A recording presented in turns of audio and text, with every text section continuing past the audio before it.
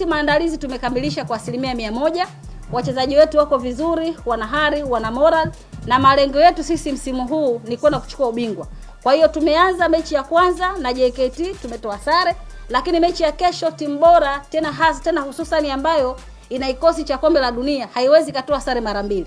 Mechi ya kesho sisi tunaenda kwa ajili ya kupata alama 3, na ni kitu ambacho kinawezekana kwa sababu ukiangalia quality ya wachezaji wa TRA hauwezi kufananisha na timu yoyote ambayo inashiriki ligi kuu.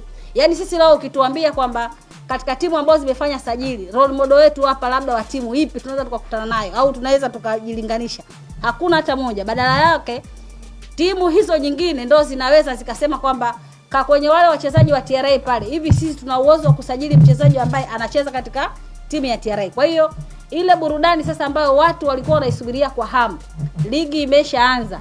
Burudani pekee msimu huu unakwenda kuipata katika timu ya TRA. Na unaanza kuipatia kuanzia lini? Tunakwenda kuendelea pale ambapo tuliishia mechi dhidi ya JKT.